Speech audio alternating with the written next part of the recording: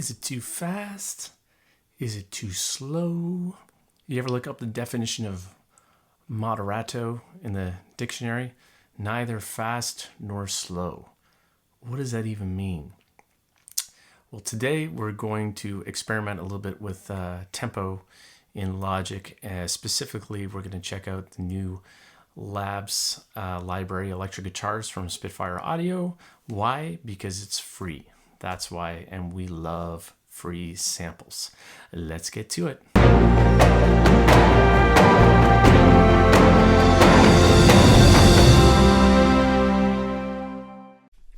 So here's our project.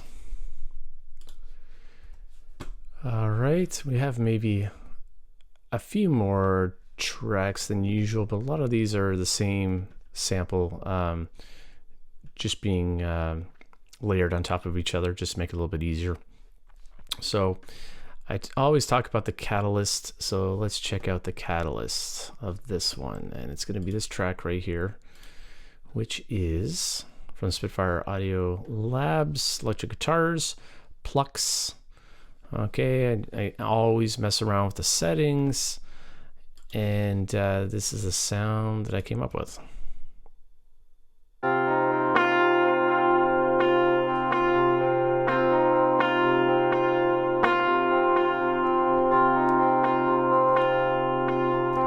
It's just a little loop, as you can see. I just copy and pasted that, just like a rhythmic sort of thing. Panned a little soft left because later on it's added to that same sound, and then it's panned to the right. So that was the catalyst of this particular song. That's what started it. Just gave me an idea, and just messed around with the attack. There was a little bit too much attack on the guitar, so I was kind of fooling around with that. A little bit of EQ to roll off the lows, no reverb on those. Let's listen to the other track. So again, it's the same sound, comes in a little bit later in the track and panned soft right.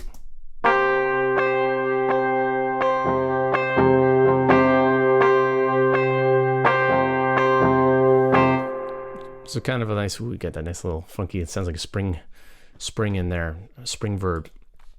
Okay, so that was kind of what started it. And as you know, I've been using a whole lot of Noir, okay, Native Instruments Noir. So this time around, we're not using the actual piano. We're going straight to the Particles engine. As you can see, this is the mix for the Particles engine. So you slide this over here, you get the piano sound, more of the piano sound, less of the particles. This time we're slid all the way over to the right. All the way over to the right there, so we get only the particles. So that's what we're going for. And yeah, I also messed around with the sounds and the mode and all this kind of stuff, the tambourine, to just get like a low kind of rumbly kind of rhythmic sound. So let's check that out.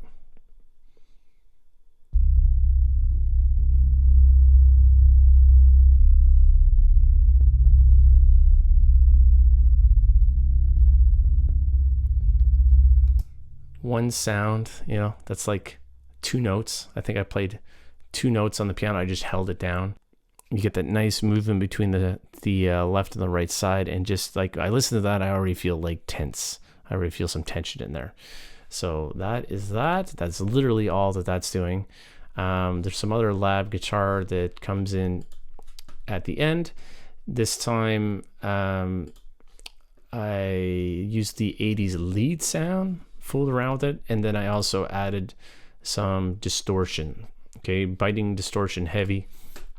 These are just Logic distortion sounds, just to give it a little more bite. These two sounds are mixed hard left and hard right. They come in at the end, so maybe I'll just start from here.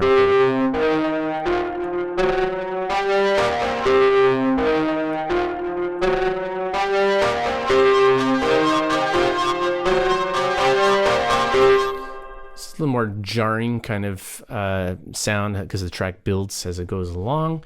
And then we have, I think it's the same sound. Yeah, lead sound. And this time I I busted out to a little bit of stereo delay.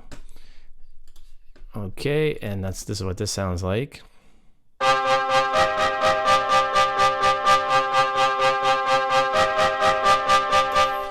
So not a whole lot of attack. It almost sounds more like a synth than it does a guitar, which is kind of cool. And then I thought, well, I need to use more of this free library stuff. So we went with the 80s pad sound. I always love using pads, and I find they're really good for kind of setting the tone. So let's check this out. I think we got some automation on this. Yeah, just to sneak it in.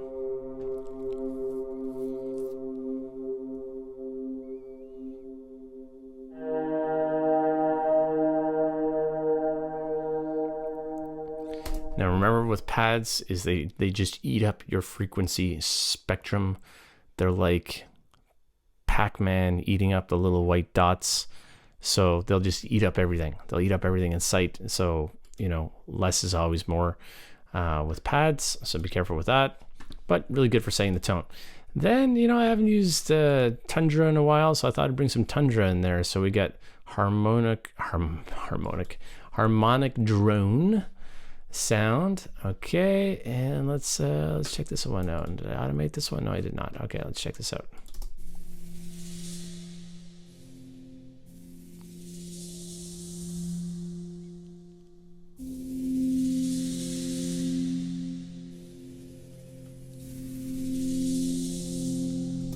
Very cool sound. Almost has like a percussive kind of sound. Like it almost sounds like a cymbal or something in there.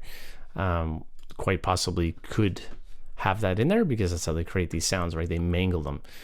Very cool. And again, I'm always trying to use sounds that I haven't used before, and I don't think I've ever used that one. So you'll hear how it sounds in the mix. Then we got Spitfire Labs drums. We got a little clip distortion, a little gate, a little verb, literally bass and snare. If you've been watching my videos, you'll hear this is a technique that I use a lot. Let's check it out. That's it, just the same thing over and over again. Just add a little bit of tension through the end of the track. And then, you know, this felt like a percussive kind of a track. So we went with Hans Zimmer Percussion, go with the exotic hits, the boobams. I mean, can you really ever have enough percussion in a track ever? I don't think so. So let's check this out.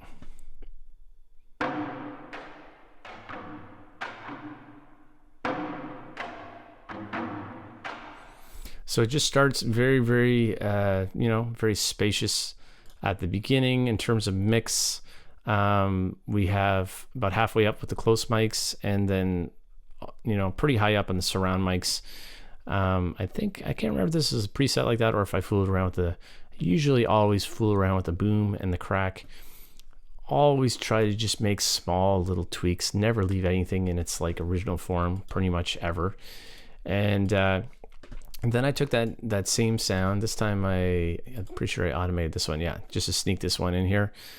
And you'll hear how the track builds. So here we go. Let's listen to this one.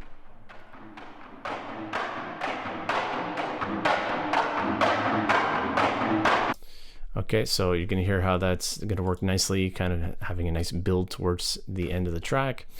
And then we had some more Hans Zimmer percussion. A whole lot of percussion in this one. I'm not sure how that happened, but we got the bucket hits. Okay, again with the close surround, a little bit more close on this one, and this time boom and crack all the way down. Let's check out and hear what that sounds like.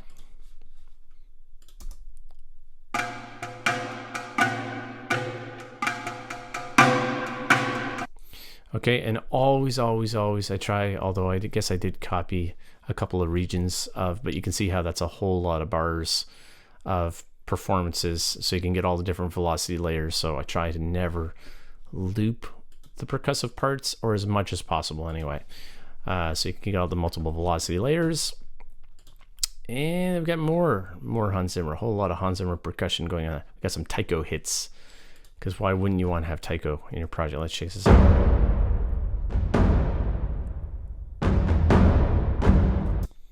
So good. How could you not want to use that sound in like everything that you ever do? Okay, and then we have one Omnisphere patch. Again, I don't think I've ever used this patch before. It is called Swagger Bass 2. It's even better than 1. So let's check this out.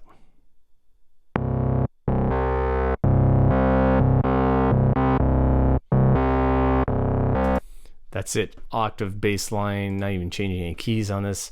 Nothing fancy, but again, you have to think of the overall mix.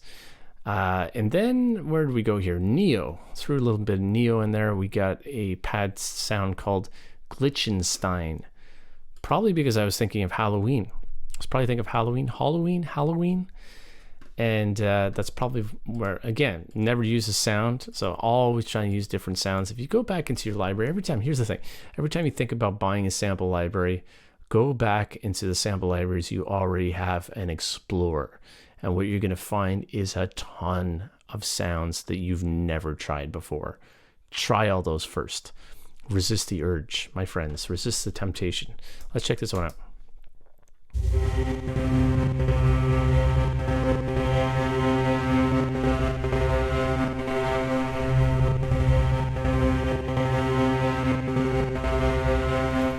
Just get a little bit of texture on. As you can see, this is a sound that dies away very quickly. There's no added reverb to it.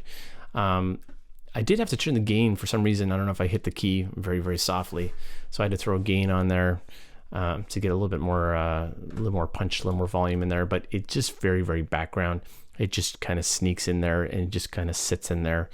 And you might not even have noticed it if I didn't kind of point it out. And that is it, my friends. So, you know, how many instances of free samples am I using here? We got 1, 2, 3, 4, 5, 6, plus the Labs drums, 7. 7 tracks on here are free samples. And again, one of those was like the kind of catalyst, which kind of gave me the idea to create the composition. So that is it. The only other thing I will show you is what I was talking about, tempo. Okay, this is what I did with tempo. Okay, so if you're not sure how to get into the tempo in Logic, go up into this little thing here, global tracks. You get your tempo thing, and then if you know how to use automation, it's just the same thing. You're just creating little dots, and as you can see, I'm starting in 125 beats per minute and going up to 145 over the past, I don't know how many bars. And it works really well with percussive parts. I think we're too stuck on listening to top 40 radio and popular music where it's only ever one tempo, and guess what, it's boring. It's super boring. So you'll hear a lot more tempo changes in film music, and again, it works really nicely. I think Paul Thompson did a little tutorial on this, one of the contests that were done. Maybe it was the Westworld contest, where he was, had different ideas about, tempo changes and changing time signatures to try to really hit key edit points in film. So I think that's probably why it's used in film music more. It's just more interesting, and you're going to hear how it builds nicely to the end. So super, super easy thing to do, although I spent a super long time on this because I was trying to get it just where I wanted it and wanted to get the right, I changed the tempo I don't know how many times until I got it where I wanted it. So I spent way too much time on that at the end, but that is it. So I'm going to play the track, and we'll have some final thoughts. Here we go.